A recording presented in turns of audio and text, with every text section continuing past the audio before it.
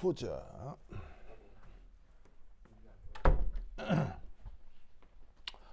아이고 반갑습니다. 자, 오늘은 어디냐면 17번 문제 같이 보시죠.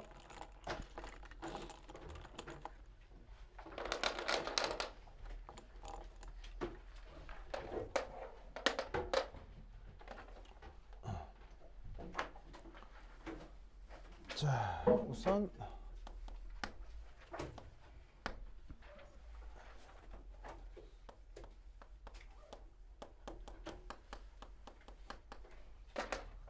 자, 요걸 조금 알아보도록 하겠습니다. 자, 노드 얘기는 아마 저번 시간 16번 문제 하면서 처음 등장을 했었죠. 그 노드 저번 시간에 나왔던 건 바로 이제 방사상 마디라고 하는 거였는데, 오늘은 또 다른 종류의 마디를 얘기를 좀 해보도록 하겠습니다. 자, 우선 그 노드라고 하는 건 바로 이거예요. 파동함수. 아, 그리고 노드 우리말로 뭐라고 하죠? 우리말로? 노드 우리말로 뭐라고 한다? 우리말로? 마디. 마디라고 합니다. 마디 알겠죠? 마디. 자, 그래서 이 마디의 성격. 자, 얘는 뭐냐면 파동함수를 파동함수 뭐 혹은 오비탈의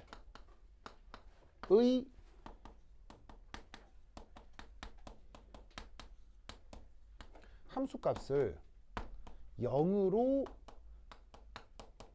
만드는 조건, 요걸 마디라고 합니다.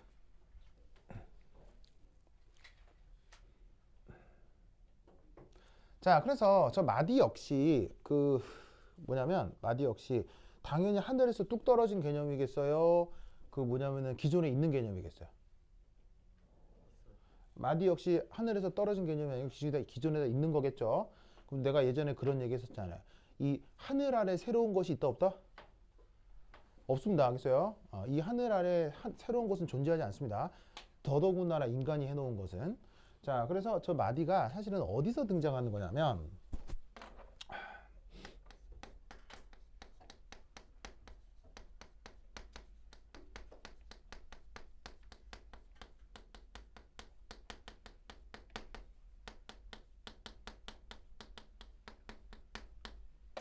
바로 정상파. 오, 정상파. 자, 정상파 영어로? 그렇죠. 스탠딩 웨이브라고 했었죠. 여기서 스탠딩의 의미가 뭐예요?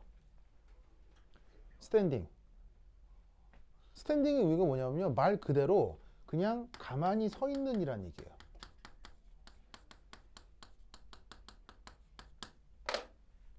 파동은 파동인데 어디로 움직이지 않고 가만히 있다라는 의미로 스탠딩 웨이브라는 표현을 쓰는 거예요.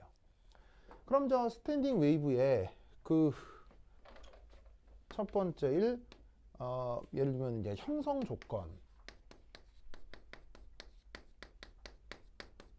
다시 한번 살펴보면,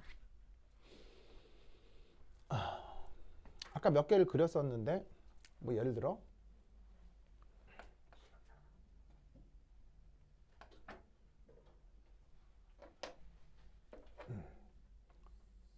2옆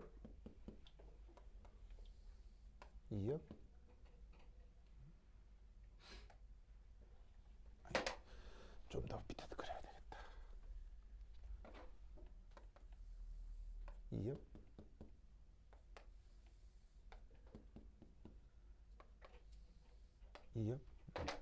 자, 그래서 어떻게 된 거냐면 처음부터 끝까지가 거리가 다 L이에요.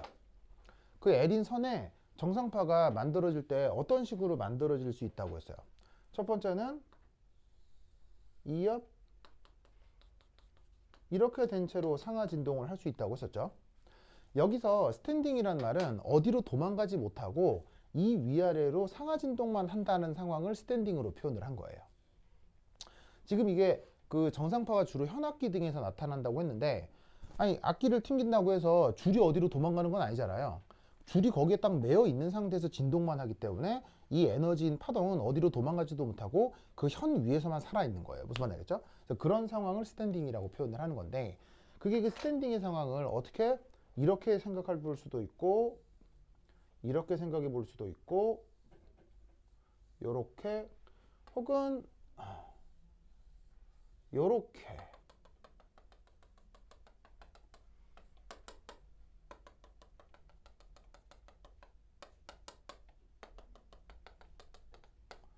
상하 진동을 반복한다.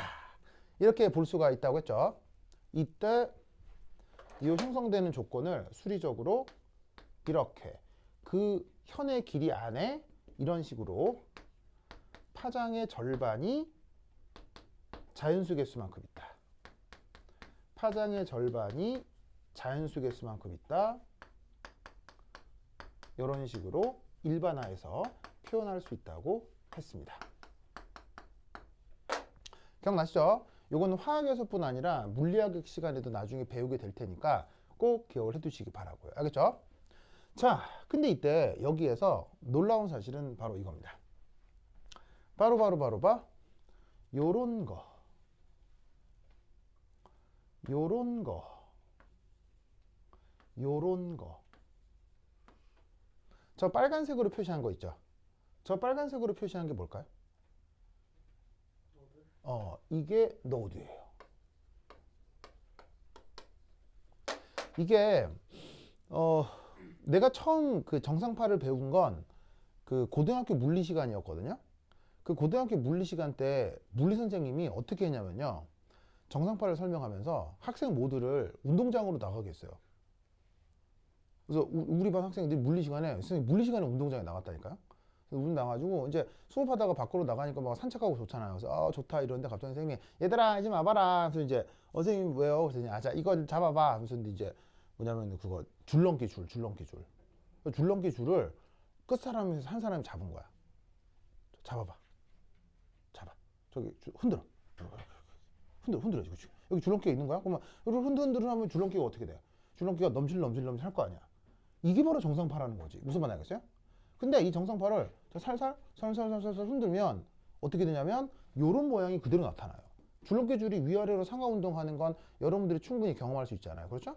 자, 근데 이 줄넘기 줄을 잡고 자, 세게 시작. 아니, 그게 세게야? 좀 세게 해야지. 시작.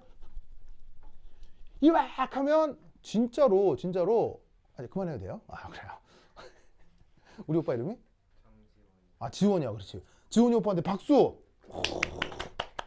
줘서 고마워요. 같이 실험에 응해줘서. 자, 어쨌건. 그래서 진짜로 그냥 줄넘기 줄을 살살살 흔들면 진짜 이런 걸 만들 수 있는데 줄넘기 줄을 있잖아요. 진짜 둘이서 박자 딱 맞춰가지고 진짜 제대로 빡 흔들면 진짜 요렇게 정도는 만들어져요. 물론 그 다음은요. 이건 사람의 힘으로는 힘들고요. 박자 잘 맞으면 이 정도까지는 돼요. 무슨 말 알겠죠? 그래서 어떻게 되냐면 실제로 이 줄넘기 줄이 공간상에서 매어져 있는 것도 아닌데도 이런 특별한 점에서는 어떻게 진폭이 나타나지 않게 되는 거예요. 저런 조건들을 뭐라고 부른다? 저걸 노드라고 하는 거예요. 그래서 노드라고 하는 건 오비탈이나 파동함수에만 나타나는 게 아니고요. 원래 인간이 경험할 수 있는 물리적 현상에서도 저 노드라는 건 나타나게 돼 있다 이런 말이에요. 무슨 말 알겠죠? 자, 그리고 방금 얘기했듯이 이렇게 만들 때는 줄넘기를 대충 살살살 흔들어도 된다고 했죠. 근데 이렇게 만들고 이렇게 만들려고 하면 우리는 어떻게 그 줄넘기를 살살 흔들어야 돼요? 세게 흔들어야 돼요? 엄청나게 세게 흔들어야 이런 게 만들어지거든요. 그럼 우리는 당연히 그 실험적 경험으로부터 어떻게 위로 갈수록 뭐라는 거? 하이어 에너지, 더 고에너지 상태라는 것을 알 수 있다 이런 말이에요. 무슨 말 알겠죠? 그래서 이때 또 하나 알 수 있는 사실은 바로 이겁니다. 이 파동의 에너지 상태는 항상 커집니다. 언제? 노드 개수가 많아지면 무조건 그 파동의 에너지 상태는 커지게 되어 있습니다. 자, 그럼 여기서 질문. 왜 노드 개수가 많으면 파동의 에너지 상태가 증가할까요? 왜 에너지 상태가 증가하면 파동의 노드 개수가 증가할까요? 왜일까요? 이유는 nobody knows. 아무도 모릅니다.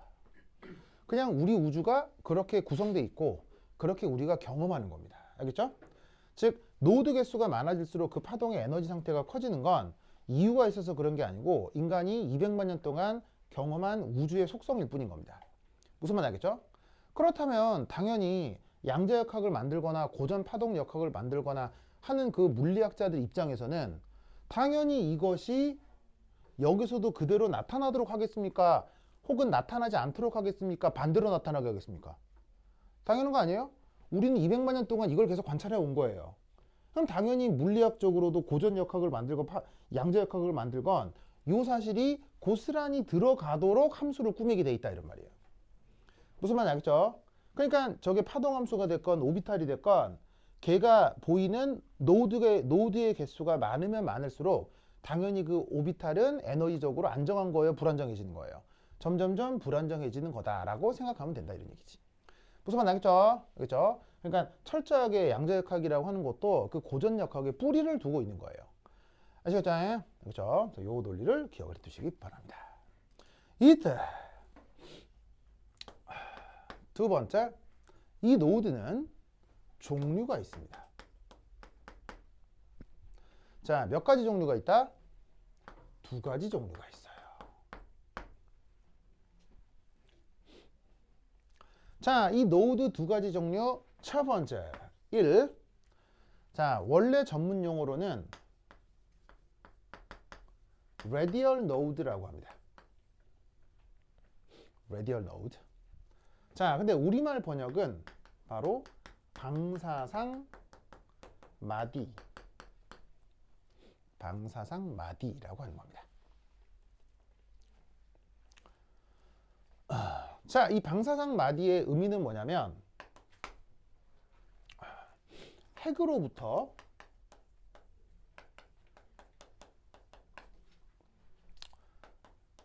특정 거리에서 나타나는 노드. 그걸 radial node라고 합니다. 그래서 radial이라고 하는 말 자체에 거리란 개념이 포함되어 있기 때문에 특정 거리에서 나타나는 노드를 그걸 뭐라고 부른다? radial node라고 합니다. 자, 지금 원자에 대한 얘기를 하고 있으니까 이 핵 자체가 바로 원점이 되겠죠. 전자에 대해선.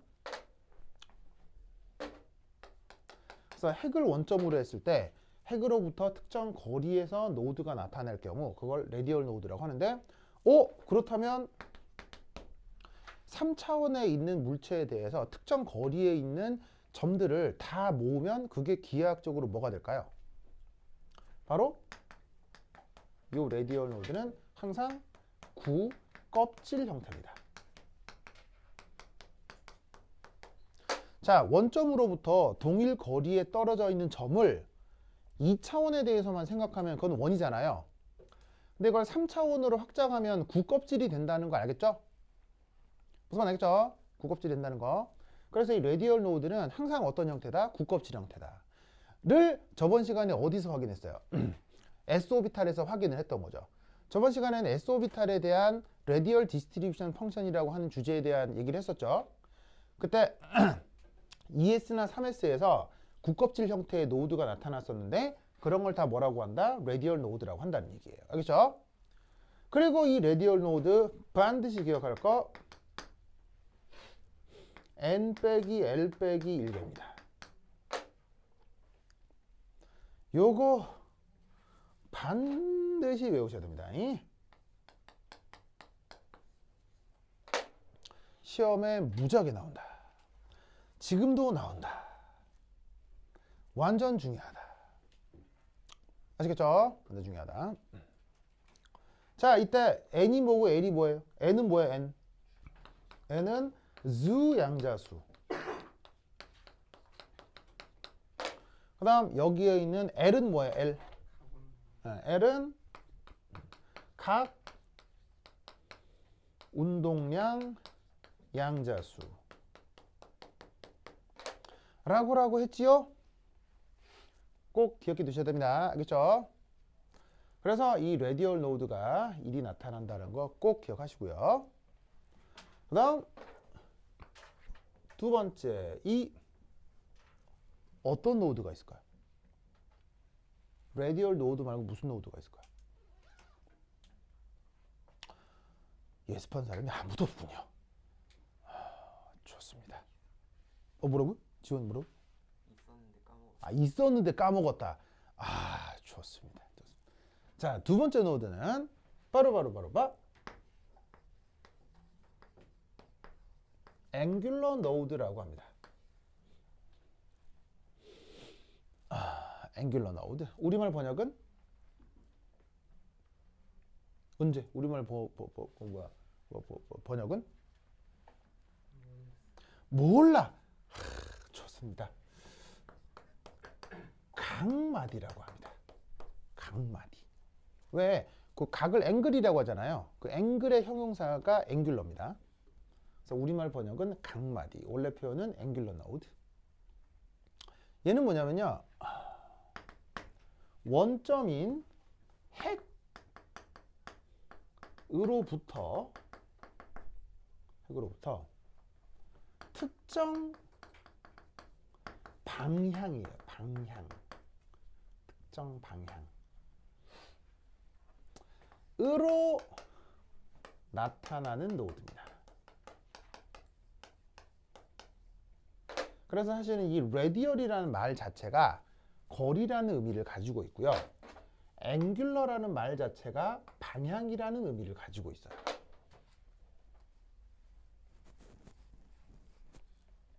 그래서 앵귤러 노드는 핵으로부터 특정 방향에서 나타나는 노드를 앵귤러 노드라고 합니다. 그러다 보니 얘는 항상 어떤 형태냐? 계곡면 형태입니다.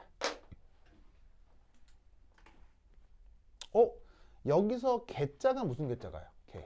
네, 오픈이라는 얘기입니다. 오픈. 열려있는 면이 된다는 얘기. 항상. 그러면 아까 얘기했던 레디얼 노드의 굽껍질이라고 하는 건요. 그럼 얘는 계곡면이라는 관점에서 봤을 땐 얘는 무슨 면이 된다는 얘기예요? 얘는 패곡면이라는 얘기예요. 그래서 레디얼 노드는 항상 닫혀있는 면으로 표현되고요. 앵귤러 노드는 항상 열려있는 면으로 표현됩니다. 무슨 말 알겠죠? 이게 기하학적으로, 이 시각적으로 아주 결정적 차이이기 때문에 이 둘을 반드시 기억해야 돼요. 알겠죠? 완전 중에 완전. 그래서 이 앵귤러 노드는 그 개수가 어떻게 된다?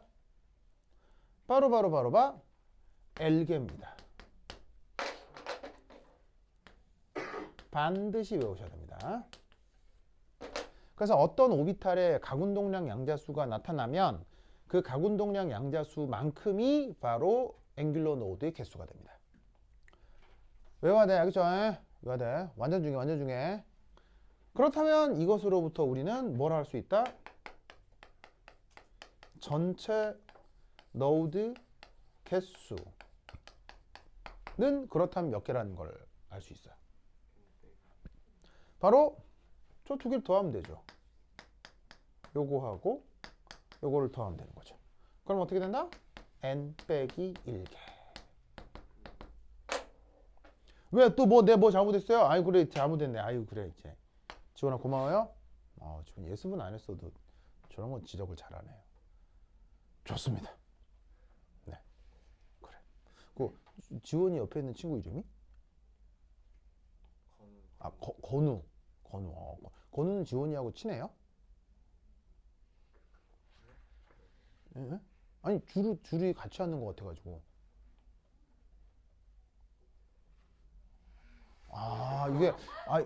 이게 뭐 그렇게 되게 심각한 얘기. 예를 들면은 뭐 너네 둘이 사귀니 이거 이게 아니잖아요 지금. 그게 아닌데 그냥 뭐 친할 수도 있고 아닐 수도 있는데 그거를 그 심각하게 고민 그래요? 그렇습니까? 노코멘트. 예를 들면 건우? 무슨 건우? 전건우. 정건우. 연예인 전건우 씨 어제 저녁 블랙핑크 제니와 어느 호텔에서 나온다고 하는 게 있었는데 어떤 겁니까? 할 때 노코멘트인 거야. 무슨 말인지 알겠어요? 그럴 때가 노코멘트지. 아니 저기 뭐 지금 무슨 말인지 알겠어요? 왜 노코멘트일까? 네. 하여튼 그러다. 그래. 여하튼 자 이거 됐죠? 그래서 이 노드에 대해서 요거 꼭 기억하시기 바랍니다. 왜 이렇게 되느냐에 대한 수학적인 백그라운드가 있겠죠, 당연히. 근데 그 수학적 백그라운드는 나중에 배워보도록 하고 우선 이 사실을 기억해야 여러분들이 1학년 1학기 중간고사에 나올 이런 문제들을 풀 수 있다고요. 무슨 말 알겠죠? 자, 그러면 이것으로부터 이제 요거. 자, 시작다잉. 줄게요. 8.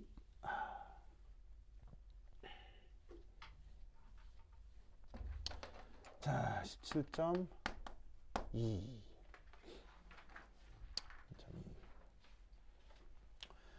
바로 봐. 이걸 해봐야지. 바로 봐. 2p 오비탈의 성격. 이걸 한번 생각해 보도록 하겠습니다.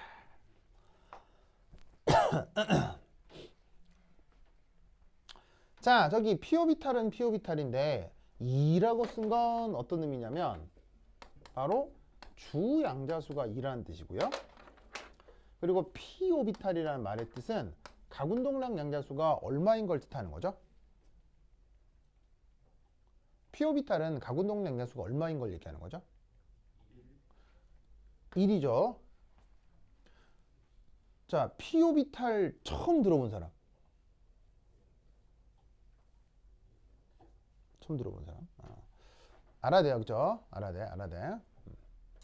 자, 그래서 이 P오비탈이라고 할 때 주양자수는 2고 P오비탈이라는 의미는 가군동량 양자수가 1이라는 뜻인데 이때 이 P오비탈에 대해서 우리는 이런 생각을 할 수 있어야 돼요. 첫 번째 1, ML 요걸 고려해 줘야 되는데 자, 이 ML이라고 하는 녀석 자, 의미가 뭐냐면요. 바로 자기 양자수라고 번역을 합니다.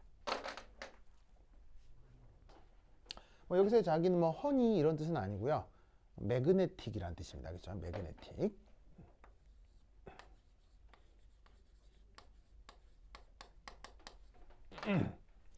자, 그럼 자기 양자수의 의미는 뭐냐면 항상 어떻게? 마이너스 L 플러스 1 해서 L 빼기 1에 L 이렇게 정의되는 게 바로 자기 양자수인데 보시다시피 이미 그 이름에서 뭘 할 수가 있냐면요. 바로 이 자기 양자수는 L에 종속되어 있구나. 이미 저 표현에서 L이라는 것에 종속된 어떤 양자수 중 ML이라고 하는 게 있구나. 그것의 이름은 자기 양자수. 그리고 그 조건은 마이너스 L에서 L까지 일씩 증가. 자, 아시겠죠?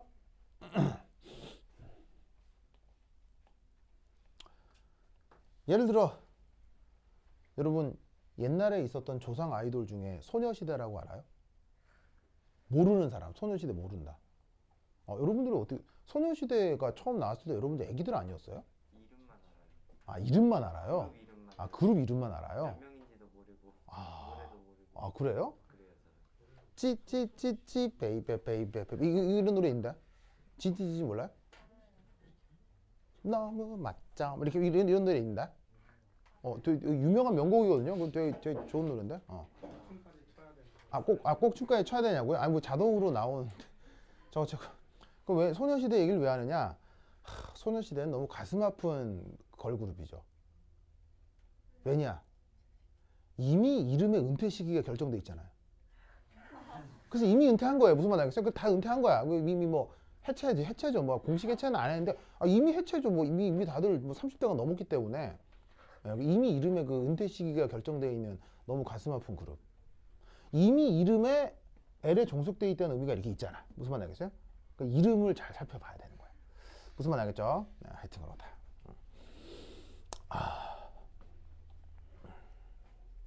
그런데 이 ML이라고 하는 것의 의미는 뭐냐면요. 바로 여기에 있는 L로 결정되는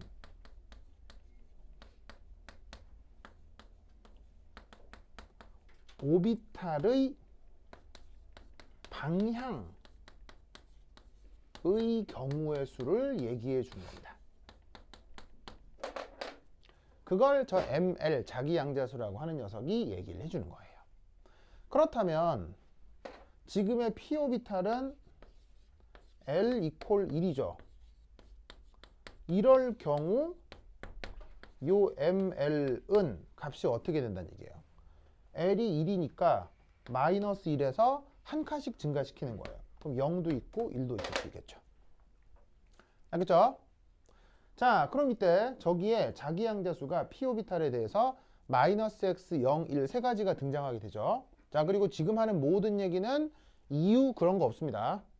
100% 계산 결과이기 때문에 그 양자역학적 계산 결과를 따르지 않을 거면 그냥 하는 모든 얘기를 외우셔야 돼요. 그렇죠? 이유 없습니다. 그냥 외우는 거예요. 그래서 지금 L이 1일 경우에는 이 논리 구조에 따라서 마이너스 1, 0, 1 이렇게 되기 때문에 지금 ML이 하나, 둘, 세 가지가 나오죠.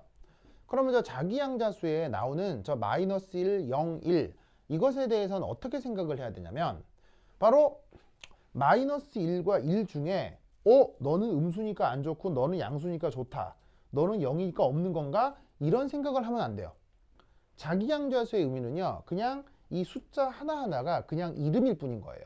즉 마이너스 1로 표현되는 어떤 방향, 0으로 표현되는 어떤 방향, 0으로 표현되는 어떤 방향.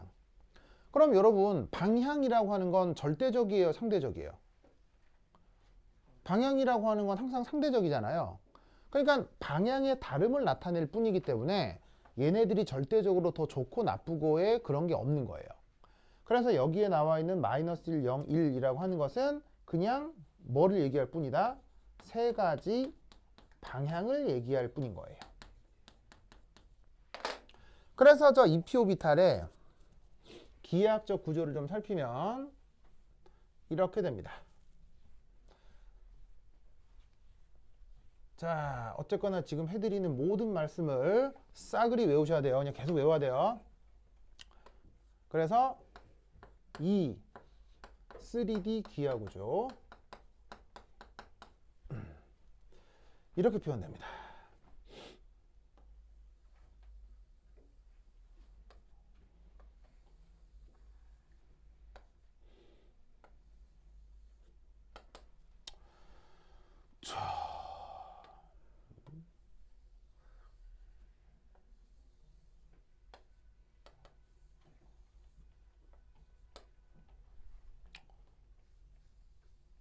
아이.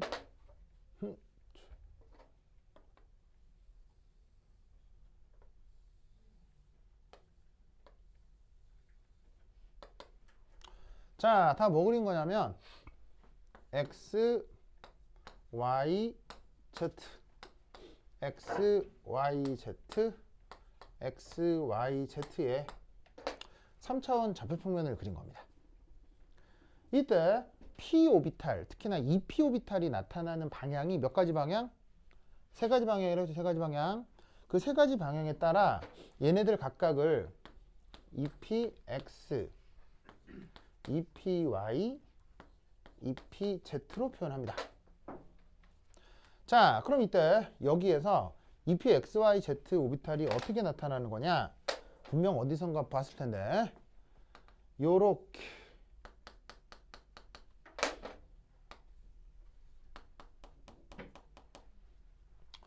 그 다음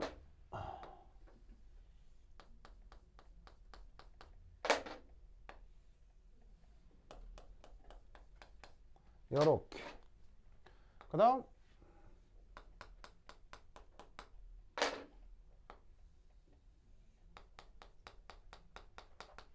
이렇게 나타납니다.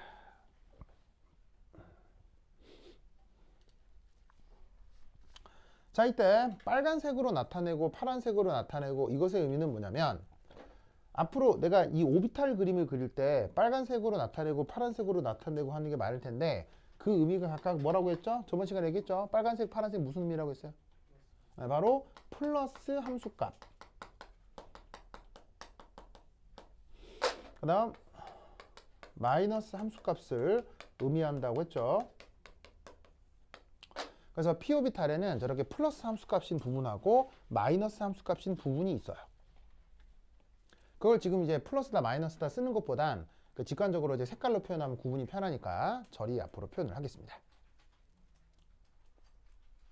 그래서 자, 이 EPX가 됐건 Y가 됐건 Z가 됐건 쟤네들은 기하학적인 밀도, 뭐 모양, 구조 완벽하게 똑같습니다. 다만 뭐가 다른 거냐면 방향이 다르다는 얘기예요. 알겠어요? 생긴 모양은 완전하게 똑같아요. 완전히 똑같은데 그 방향이 축 방향, X축을 향하느냐 Y냐 G를 향하느냐에 따라서 방향이 달라서 그 세 개를 구분하는 표현이 바로 요건 거예요. 그래서 그런 정보를 알려주는 게 바로 자기항대수라는 것이지요. 무슨 말 나겠죠? 그러면 이때 여기서 우리는 또 뭘 확인해 볼 수 있느냐? 빠르바르바르바.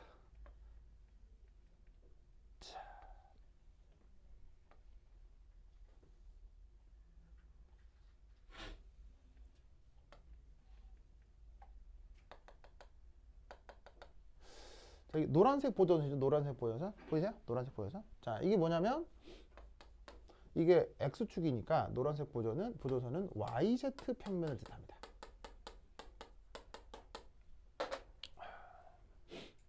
그 다음 여기에 있는 여기서는 또 마찬가지로다가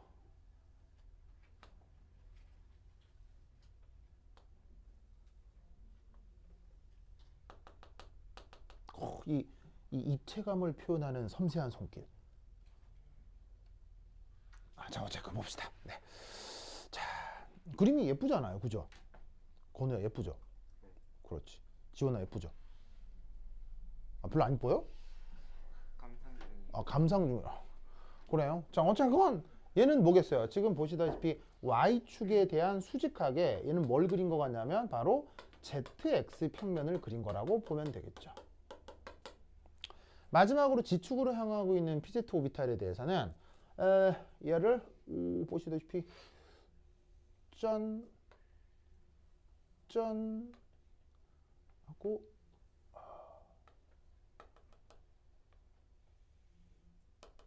자, 이 평면 바로 XY 평면이 되겠네요. 아시겠죠? 그래서 PZ 오비탈이 저렇게 XY, Z 세 방향이 있는데 그 각각의 방향에 대해서 YZ, ZX, XY 평면도 지금 기하학적으로 저렇게 구분되어 표현이 되는 거예요. 자, 그러면 저 평면의 의미가 뭐냐? 이렇게 한번 생각을 해봅시다. 자, 만약 내가 엔트맨이 돼서 원자핵 위에 서 있다고 칩시다. 내가 엔트맨이야. 무슨 말 알겠죠? 엔트맨 알죠? 엔트맨. 저기 누구냐? 은지 엔트맨 봤어요? 그렇지. 그래서 원자처럼 조그매져가지고 원자핵 위에 엔트맨이 딱 서 있다고 칩시다. 그 엔트맨이 오늘은 PZ 오비탈을 관광할 예정이에요. 무슨 말 알겠죠? 그래서 원자핵에 딱 서가지고 자, 만약에 Z축이 되면 원자핵 서가지고 만약에 내가 하늘을 딱 봤어. 하늘 딱 봤더니 어떻게 되는 거야? 위를 쳐다보면 새빨갛다는 거죠. 무슨 말 알겠어요? 하늘 보면 새빨간 거야. 그럼 그 상태에서 여기 서서 땅을 봐. 땅을 보면 새파란 거지. 무슨 말 알겠죠? 그런 상태로 여기서 내가 하늘을 딱 바라보다가 새빨개 하다가 시선을 점점점 내리는 거야. 점점 내리다가 계속 빨갛겠지. 빨간데 빨간데 점점 시선을 낮출수록 그 빨간 게 약간 색깔이 옅어지고 색깔이 옅어지다가 내가 갑자기 XY 지평선을 딱 바라봤는데 색깔이 싹 사라진 거야. 어떤 색깔도 보이지 않아. 그러다가 시선을 아래로 살짝 내렸더니 뭔가 푸릇하기 시작해. 무슨 말 알겠어요? 푸릇하다가 계속 고개를 내리더니 저 아래쪽으로 보니까 완전히 새파란 거야. 무슨 말 알겠죠? 이게 핵 위에 서 있는 엔트맨이 바라보는 PZ 오비탈의 형태라 이런 말이지. 무슨 말 알겠어요? 그렇다면 자, 이 XY 평면은 뭐가 되겠어요? 내가 XY 지평선이라고 하는 특정한 방향으로 살펴보았더니 빨간색도 안 나타나고 파란색도 안 나타나고 무슨 말 알겠죠? 그렇다면 여기가 이 XY 평면에서는 저 P 오비탈의 함수값이 얼마가 된다는 얘기예요? 0이 된다는 얘기겠죠? 바로 이 XY 평면이 뭘 얘기하는 거겠습니까? 이게 바로 앵귤러 노드를 얘기하는 겁니다. 알겠죠? 예를 들어 PY 같은 경우는 ZX가 앵귤러 노드인 거였고요. 그 다음에 EPX는 YZ가 앵귤러 노드인 거죠. 자, 앞서 앵귤러 노드는 항상 어떤 면이라고 했어요? 항상 어떤 면? 열려있는 면이라고 했죠. 여러분, XY, YZ, ZX 평면은 어디 경계가 있습니까? 계속 확장된 면입니까? 경계가 없는 면이죠. 그러니까 보시다시피 저렇게 나타난 오비탈들에서 이렇게 계곡면으로 나타난 평면들이 다 뭐가 된다? 앵귤러 노드가 된다. 알겠죠? 완전 중에 꼭 기억해야 돼. 그리고 그 앵귤러 노드 몇 개라고 했죠? 한 개라고 했죠. L개라고 했죠. 그런데 지금 저기에 있는 P 오비탈 같은 경우는 이 L이 지금 몇 개야? 한 개 있지. 몇 개 있어? 한 개? 한 개? 한 개씩 각각 오비탈들에 나타나는 거다. 이런 말이에요. 이 규칙이 그대로 지켜지니까 꼭 기억해야 돼요. 알겠죠? 자, 그리고 이 경우 퀴즈 EP의 경우 라디얼 노드의 개수는 몇 개일까요? EP 오비탈에서 그러면 라디얼 노드 개수는 몇 개일까요? 몇 개예요? 우리 지원이가 수줍게 막. 0개. 자, 버로 0개 맞죠? 자, 어떻게 0개예요? n 빼기 1 빼기 1기가 되는 거죠? 그러면 2p 오비탈이니까 주양자수는 2고 p 오비탈이니까 각운동 양자수 1이니까 0개가 되는 거지. 알겠죠? 그래서 지금 여기서 얘기한 이 모든 사실들을 싸그리 외우셔야 돼. 알겠죠? 완전 중요하다. 알겠죠? 완전 중요해. 오케이, 됐다. 그렇다면 이것으로부터 요걸 해줄게요. 준다. A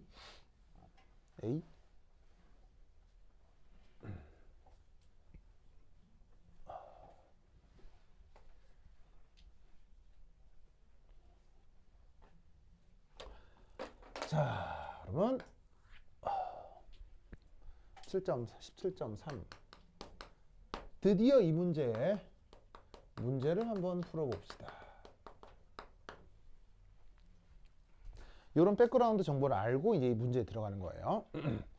자, 이 문제풀이는 누구에 대한 얘기냐면요. 바로 3pz 오비탈에 대한 얘기예요.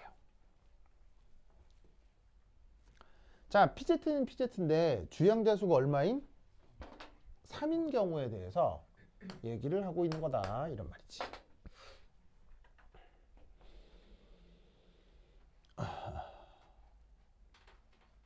자, 그러면 이 3pz 오비탈에 대해서 우리가 어떤 해석을 할 수 있느냐? 자, 이렇게 되겠습니다. 요거. 우선 3pz 오비탈이라고 하더라도요. ml은 어디서부터 어디까지가 나타나겠어요? 주양자수가 3이어도 p만 보면 각운동량 양자수는 무조건 1인 거거든요. 그러니까 자기 양자수는 또 마이너스 1에서 0, 1에 이렇게 세 가지가 나타나겠죠. 알겠죠? 그것에 대해 이 3pz 오비탈에 무엇을 한번 살펴보자. 3pz의 단면 구조를 한번 살펴보자. 이런 말이에요. 왜 단면 구조를 보냐면요. 자, 지금 여기에 있는 EP 오비탈 같은 경우는 XYZ를 입체적으로 좀 그려봤잖아요. 근데 주양자수가 3이 넘어서게 되면 입체적으로 표현하기가 좀 까다로워져요. 까다로워져서 입체적으로 보기 어렵기 때문에 단면 구조를 좀 보도록 하겠습니다. 알겠죠? 그러면 EPZ 오비탈이 Z축으로 향해 있는 만큼 3pZ 오비탈도 Z축으로 향해 있는 건 맞아요. 그래서 그거를 단면 구조만 놓고 보면 요렇게 짜자자잔. 자, 이건 뭐냐면 바로 XY 지평선입니다. 자, 여러분 평면과 지평선의 관계는 아시죠? 이렇게 면이 있으면 이게 들어가지고 내 눈앞에 딱 놓으면 그게 지평선이 되는 거잖아요. 그래서 원래는 면인데 들어서 선처럼 표현한 거지. 거기에 짜잔 이렇게 수직하게 지축이 있는 거고요. 그럼 저기에 있는 3pz 오비탈은 기하학적으로 어떻게 생긴 거냐? 그걸 살피기 위해서 보조선을 이렇게 하나 그려보겠습니다. 이렇게 하나 그려보겠습니다. 그리고 또 보조선을 이렇게 하나 그려보겠습니다. 지금 흰색으로 그리는 건 그냥 보조선일 뿐입니다. 이 보조선에 대해서 3pz 오비탈이 어떻게 되느냐? 이렇게 나타납니다. 바로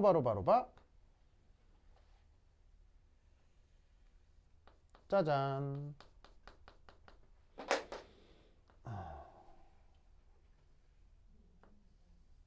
짜잔.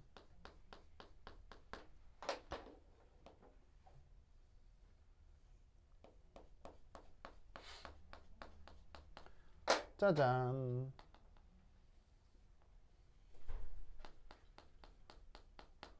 짜잔. 요렇게. 앞서 얘기했듯이 빨간색하고 파란색의 의미는 뭐라고 했죠? 빨간색과 파란색의 의미는 뭐라고 했죠? 플러스 마이너스 함수값의 부호라고 했었죠. 그 함수값의 부호가 저렇게 플러스하고 마이너스가 번갈아 나타납니다. 자, 번갈아 나타난다고 했을 때 이때 이 주어져 있는 단변 구조를 이 Z축에 대해서 뺑 360도로 돌리는 거예요. 그럼 얘를 Z축을 손으로 잡고 뺑 돌리면 이 부분이 왁 돌아가면서 나타나는 3차원 입체가 있겠죠. 그걸 머릿속으로 상상했을 때 그게 3pz 오비탈의 구조가 된다는 얘기예요. 무슨 말 나겠죠? 알겠죠? 그렇다면 이때 여기에서 XY 지평선의 역할이 뭐겠습니까? 이게 바로 앵귤러 노드. 왜냐하면 2pz건 3pz건 지금 XY 평면으로는 어떤 색깔도 나타나지 않기 때문이에요. 그 다음 여기서 원처럼 보조선을 그려놓은 거. 그럼 원을 보조선 그려놓은 다음에 3차원으로 돌리면 뭐가 되는 거겠어요? 구껍질이 되겠죠? 얘가 바로 뭐겠어요? 이게 바로 뭐겠어요? 3pz 오비탈에서 나타나는 뭐겠어요? 바로 라디얼 노드가 되는 거예요. 우리말 번역은 방사상마디.